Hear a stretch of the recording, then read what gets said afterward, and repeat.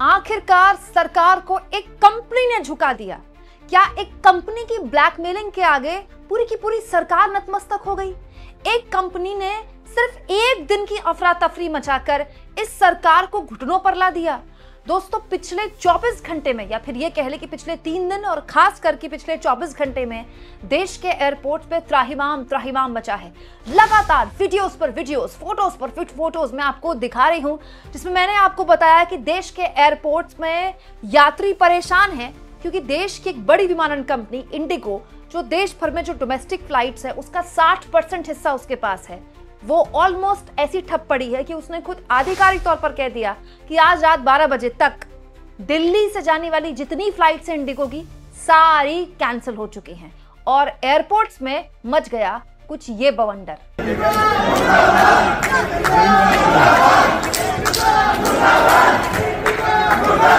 दोस्तों, जब हालत ऐसी हुई कि एयरपोर्ट्स पे लोगों ने सरकार से सवाल पूछने शुरू कर दिए, कंपनी से सवाल पूछने शुरू कर दिए, लोगों ने रोना शुरू कर दिया, पैसा मांगना शुरू कर दिया, मतलब अफरा तफरी का माहौल आ गया, तो ये उम्मीद हुई कि सरकार तुरंत एक्शन लेगी। सरकार कंपनी की बाह मरोड़ेगी और पूछेगी कि आखिर किसने आपको इजाजत दी कि आप एक आम यात्री को इस लेवल पर परेशान कर सकते हैं। लेकिन क्या आप जानते हैं सरकार ने क्या किया? सरकार पर आरोप लग रहे हैं कि सरकार ने एक कंपनी की ब्लैकमेलिंग के आगे अपने घुटने टेक दिए, झुका दिया, अपना आदेश वापस ले लिया है।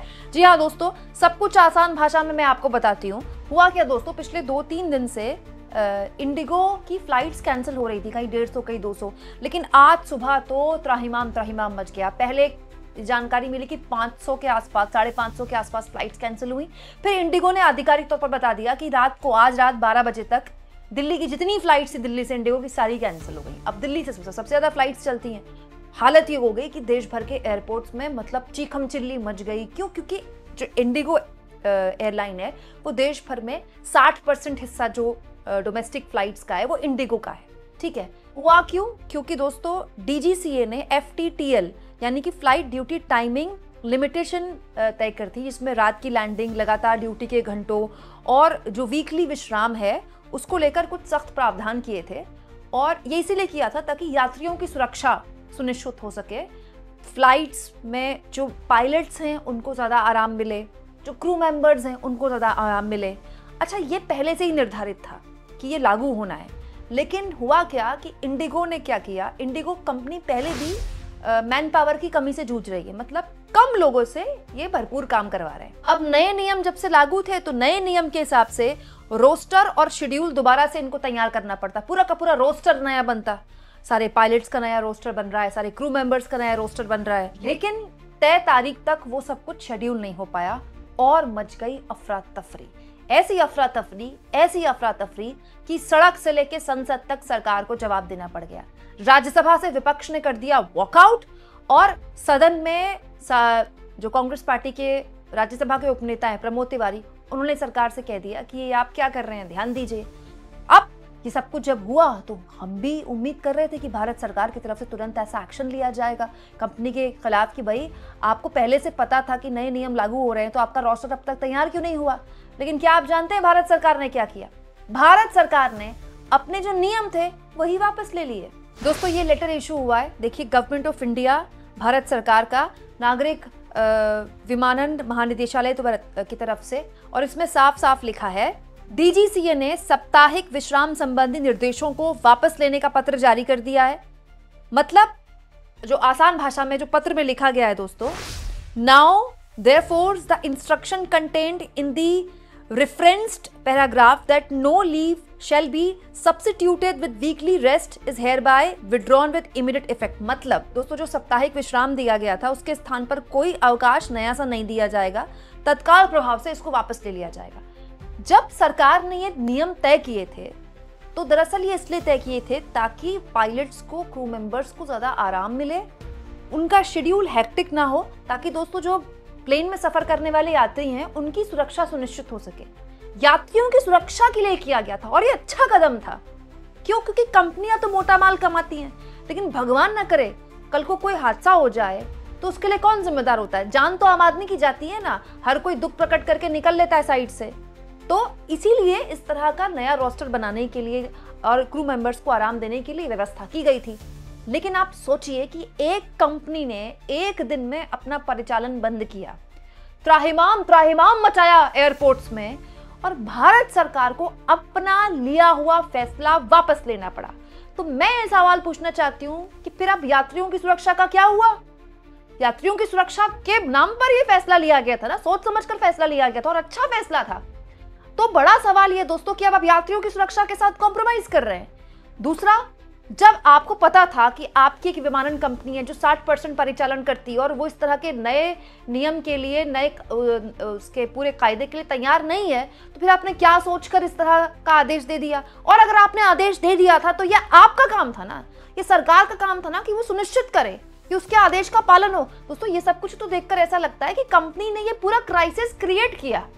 पहले 2 दिन अपनी 100, 150, 200 फ्लाइट्स कैंसिल करवाई और फिर कह दिया अब तो भाई हम तो फ्लाइट्स नहीं चला सकते क्योंकि हम तो रोस्टर के लिए, नई रोस्टर हमारा तैयार नहीं है, तो हम तो ठप कर देते हैं। जब ठप हुआ सब कुछ तो एयरपोर्ट में त्राहिमाम मच गया, लोग चिल्लाने लगे, चीखने लगे। हालत ये हो गई दोस्तों कि दूल्हा दुल्हन को रिसेप्शन में पहुंचना था, अपने रिसेप्शन में, और रिसेप्शन में नहीं पहुंच पाए, वो वीडियो कॉन्फ्रेंसिंग से मेहमानों का स्वागत कर रहे हैं। किसी की फ्लाइट छूट गई, कोई बीमार एयरपोर्ट में बैठा है, 15-15, 16-16 घंटे से एयरपोर्ट में लोग फंसे, लोगों का कुछ अता पता नहीं है। दुनिया भर में इस पर जब खबर बनी तो भारत सरकार की तरफ से कहा गया नहीं कि हम आदेश ही वापस लेते हैं। तो अब इसमें जीता कौन जीता इसमें दोस्तों? इसमें तो कंपनी जीती, उसके हिसाब से उसने अपना काम करवा लिया। और फंसा कौन? मतलब असुविधा किसको हुई? आम आदमी को हुई। मतलब आप सोचिए, और इतना सब कुछ हो गया, ये सब कुछ ड्रामा हो रहा है पिछले 24 घंटे से। और भारत के नागरिक उड्डयन मंत्री क्या कर रहे हैं? पता नहीं क्या कर रहे हैं। कल उन्होंने एक मीटिंग की थी डीजीसीए के साथ, मीटिंग की फोटो शेयर की थी। राम मोहन नायडू इनका नाम है, टीडीपी के कोटे से ये मंत्री हैं, मोदी जी के कैबिनेट के सबसे युवा मंत्री हैं, मोदी जी इनकी बड़ी तारीफ करते हैं। कल इन्होंने मीटिंग की थी, आज देखिए इनकी मीटिंग का ये असर हुआ है कि भारत सरकार को अपने लिया हुआ फैसला वापस लेना पड़ रहा है। कितने शर्म की बात है दोस्तों कि एक कंपनी आपका लिया हुआ फैसला आपको लेने पर मजबूर करती है वापस। क्यों? क्योंकि उस कंपनी की मोनोपोली है। अब विपक्ष यही कह रहा है कि जब मोनोपोली होती तो यही होता है। तो दोस्तों, आज से 11-12 साल पहले भारत का एविएशन सेक्टर बहुत ज्यादा डाइवर्सिफाइड था। तो स्पाइस जेट था, Vistara, air Asia, Go Air, Indigo, इसके अलावा भी कुछ एयरलाइंस थी, तो प्रतिस्पर्धा थी। अब क्या है, इंडिगो का 60% कब्जा हो गया एविएशन सेक्टर में, और जो ले दे के एक बेचारी सरकारी कंपनी थी वो भी टाटा के हाथों बिक गई। कौन सी? Air India. और गजब तो देखिए, इंडिगो अपने यात्रियों को रुलाकर, उनका वक्त, उनका पैसा बर्बाद करके, उनको परेशान करके, उनको सड़क पर लाकर, सरकार को ब्लैकमेल करके, झुकाकर, बड़े प्यार से और आराम से भारत के लोगों से माफी मांगकर कहता है कि जो भी आपका खर्चा हुआ है वो पैसा आपको वापस कर देगा। इस पूरे हालात में दोस्तों सबसे बड़ा लूजर अगर कोई है तो वो आम आदमी है, और ये भारत सरकार के लिए भी बड़े शर्म की बात है। मतलब इंडिगो अपने कल से पुराने रोस्टर पर आ जाएगा, 1-2 दिन में सब उसका ठीक हो जाएगा, जैसे पहले चल रहा था वैसे ही चलता रहेगा। यात्रियों की सुरक्षा पहले की तरह ही खतरे में। भाई, यात्रियों की सुरक्षा को लेकर जो फैसला लिया गया था उसको सरकार को वापस लेना पड़ा, तो मतलब यात्रियों की सुरक्षा फिर से खतरे में है। और भारत सरकार ने क्या किया? कहने को हो गया भारत सरकार का बड़ा एक्शन, अपना लिया हुआ फैसला वापस लिया है। ये कोई बड़ा एक्शन होता है? आपको क्या लगता है दोस्तों, इतना बड़ा क्राइसिस हो गया और भारत सरकार की तरफ से एक अदद बयान तक नहीं है। आप सोचिए, रुपया गिरता है, फाइनेंस मिनिस्टर कुछ नहीं बोलती हैं। एविएशन मिनिस्ट्री में इतना बड़ा हड़कंप मच जाता है, एविएशन मिनिस्टर की तरफ से कोई बयान नहीं आता है। देश में आतंकी हमले होते हैं, गृह मंत्री की तरफ से बयान नहीं आता है, और उसके बावजूद भी सब चंगा सी। आपको क्या लगता है दोस्तों? कमेंट बॉक्स में जरूर लिखें, और जितना हो सके चैनल को शेयर भी करें और सब्सक्राइब भी।